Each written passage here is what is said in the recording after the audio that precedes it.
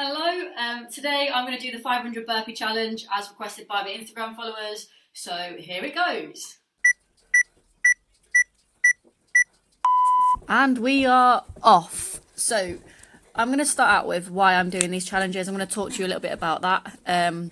Basically, my job as a personal trainer, I give clients hard challenges all the time. I watch them suffer. So I gave my Instagram followers a chance to make me suffer by giving me some challenges to do. And this was the first one that came up.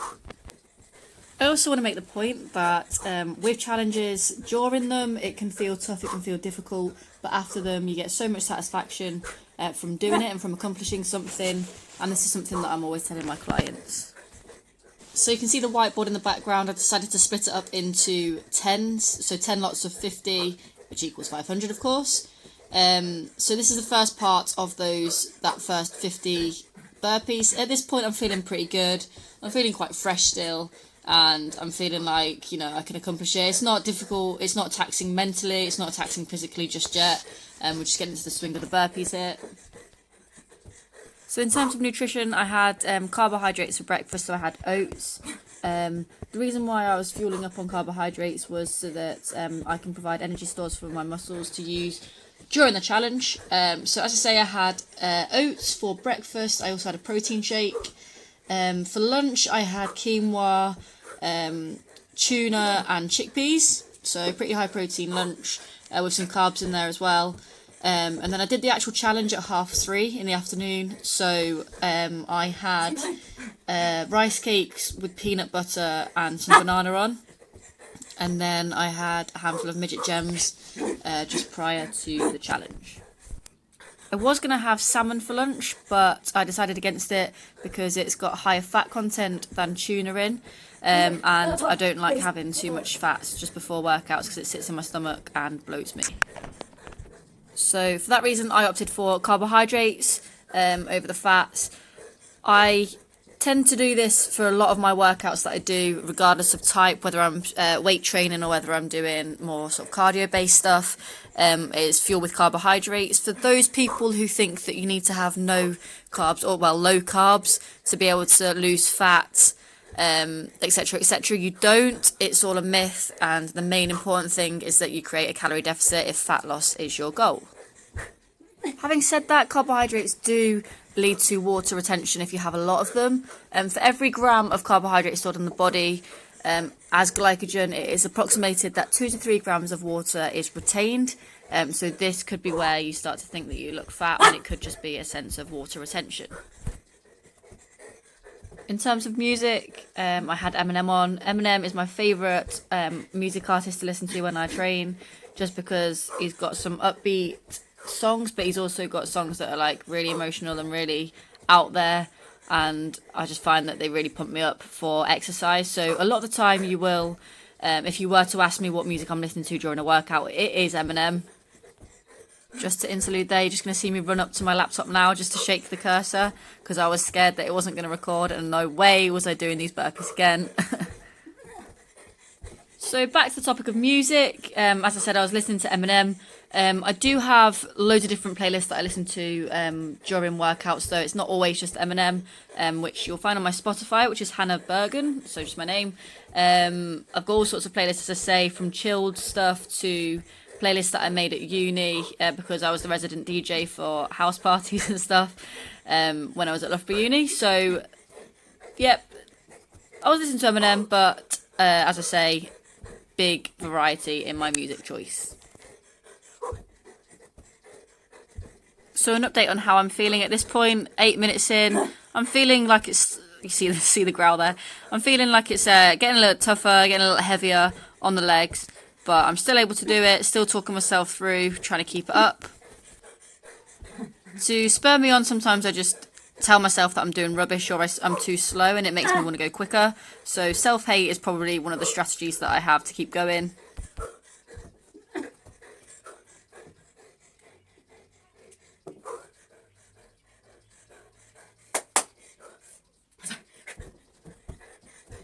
And actually, on reflection, watching this back, if I was to critique myself, I'd say that my feet within the burpee come quite wide.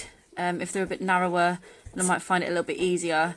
less time to travel through and jump up with a more strength standpoint, because my feet would be planted and stacked in a more optimal position. But yeah, as I say, if I was having to critique it, I guess my feet land quite wide here. You're just going to go and see me wiggle that cursor again soon, with the fear of the burpees not recording and having to redo it.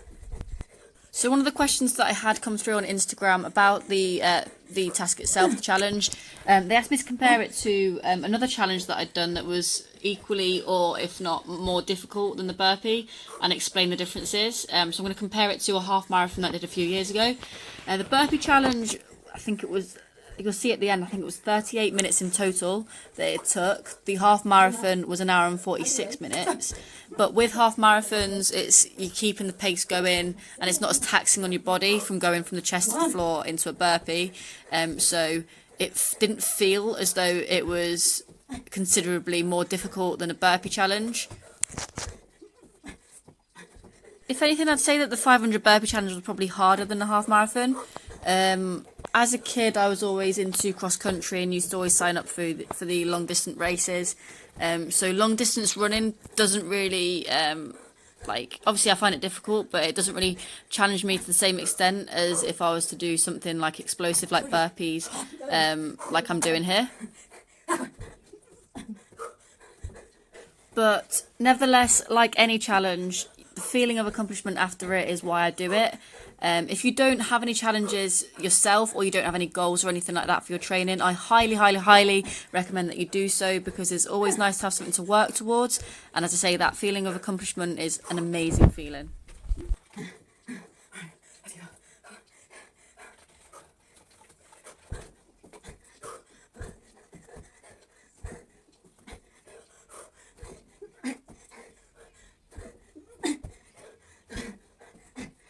Come on.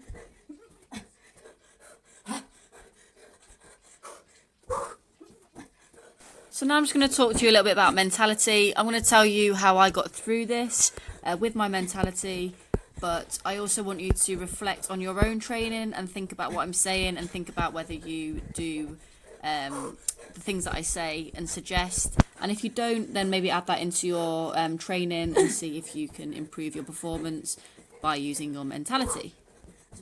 So as I was saying earlier, self-talk really works for me. When I'm training, or when I'm particularly struggling, I tell myself, come on, you can do it. I tell myself, if I'm going too slow, I talk myself to, speed it up, do better.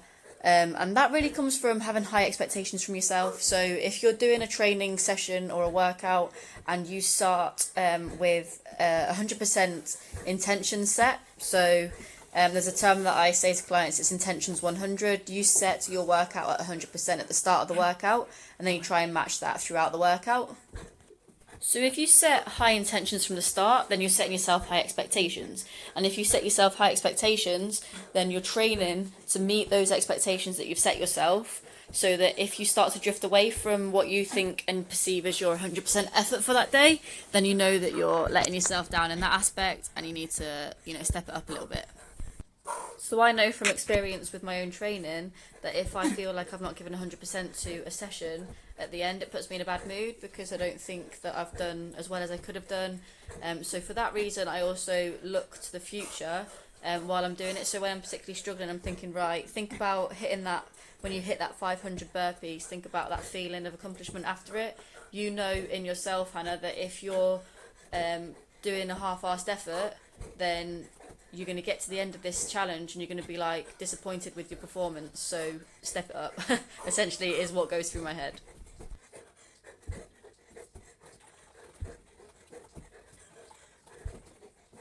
Now I'm actually going to discuss what the advantages of a burpee is.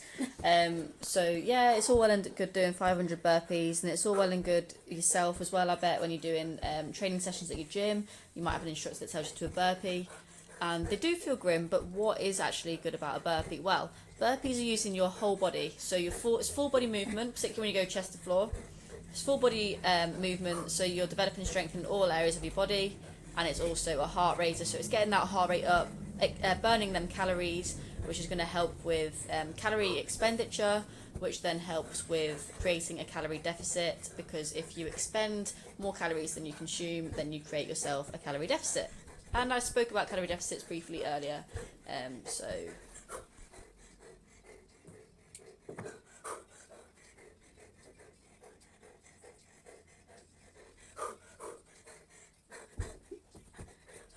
So now we're going to talk a little bit about feelings in terms of the burpee challenge itself. So I've done burpees before, I've done numerous burpees before. In fact, before this, prior to this challenge, the most burpees I've done in a row was 100. So it's quite a difference, but I've done it in workouts before where I've done a lot more than 100, but let's not dwell on that, because the point of this, to see that little anger there in the video, the point in this is to talk to you about the feelings that I'd not felt before, and that being stomachache. My stomach started to hurt actually partway through, which I think was probably a result of, you know, crashing down onto the floor for so many reps, going up and down for so long. Maybe it was the handful of midget gems that I had before. I don't know. But yeah, it's something that I didn't expect, but partway through I had to deal with pretty bad stomachache. But in combating this, I was just thinking about, again, as I said, the end goal. So thinking about at the end, feeling the accomplishment of 500 reps. So that's what kept me going. So it's now the next day after the challenge. I woke up feeling like I've been hit by a bus, but then I had an online class that I had to teach early morning, which I actually surprised myself. I got through it okay, and I even put burpees in there as well. So that was all right. My lats feel really tight and they need stretching out. My legs feel fine actually. It's mainly my upper body that aches actually. But yeah, this morning when I first got out of bed, as I say, I felt like I'd been hit by a bus.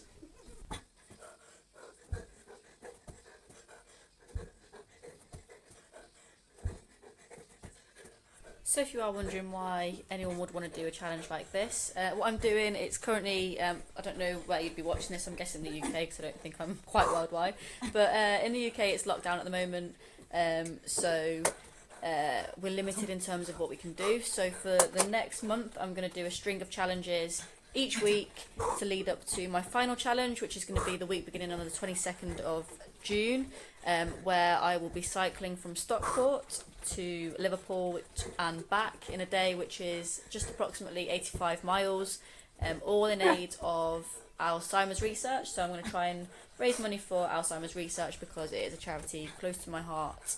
Come on, get down, come on. Quick, Chris.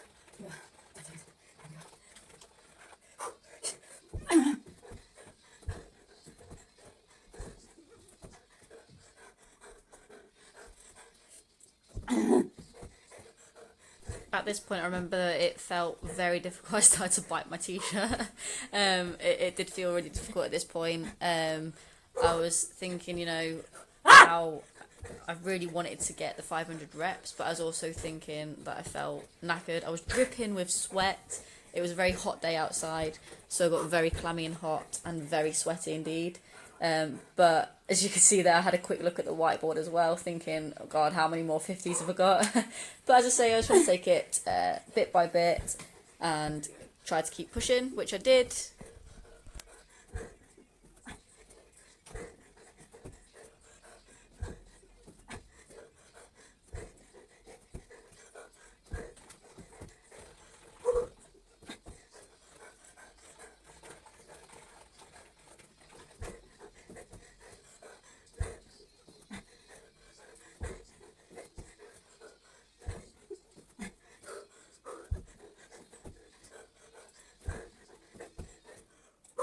So up to 28 minutes here, so I think that's 10 minutes off the finish.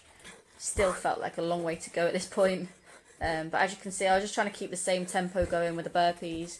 Trying not to go too quickly at this point, but maintain it, because I didn't want to go too quickly, then end up having to rest for a bit before going again, because then it kind of gets me out of the rhythm of it. You can see here, crossing it off, so last 100 here.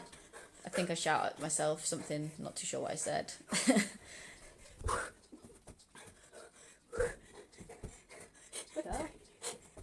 So just so you're not watching me do burpees, because I'm sure that must get a little bit boring, I'm going to talk you through a little bit about me. I'm a personal trainer based in Stockport in Greater Manchester. I believe that there are 3 main dimensions that you can improve on, and I believe that everyone has a strength in certain things or a weakness in certain things. In order to optimise your training performance and your lifestyle goals, whatever they may be, I believe that exercise, mindset and nutrition are the 3 main factors that you need to focus on. So for example, if you exercise to feel good, you feel more confident about yourself, then that's obviously the exercise part of the dimensions. Then you've got the mindset. So with a good mindset, you can not only push with your fitness goals, but with a good mindset, you can see more positives with your day-to-day life. So taking it outside of exercise and creating a positive mindset. Then you've got your nutrition. So nutrition can of course feed into both of them, if you pardon the pun. But with nutrition you can fuel better workouts, but there's also a link to mental health as well with your nutrition, and as well it links to your self-worth, because a lot of people, for example, will hate themselves if they're really fat, which is as a result of, in most cases, nutrition, but it could be hormonal or circumstantial, it could be loads of different things. But as I say, that is the triad that I work off as a PT, of educating my clients in exercise, mindset and nutrition to help them optimise their training goals and their lifestyle goals, which I discuss with them. So that is really what I'm about. So as I say, the reason why I'm doing these challenges is to raise money for Alzheimer's Research UK. I've put the link to my Just Giving page in the description box, so if you could please spare any money at all, then that would be massively appreciated.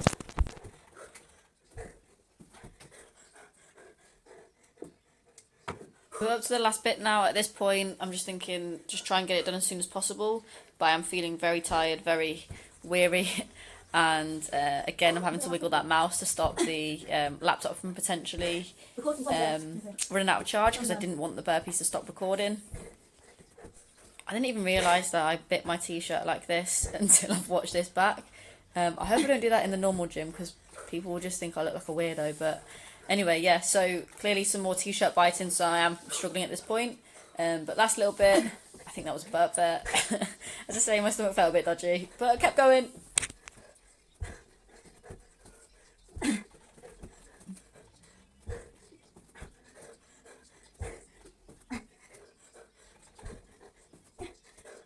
If you have got this far through of the video, thank you so much for sticking with it and watching it. I hope that you found the audio quite useful as well.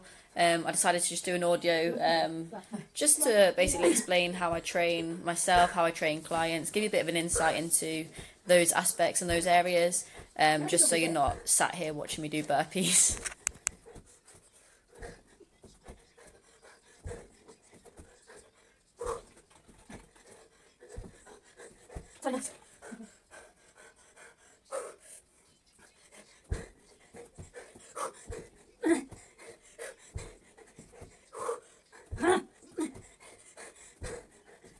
She's on the last 15 maybe? Ah, come on! Last time, come on! Last time. Oh, running down. That's it! Got it. Come on! So close. That's it.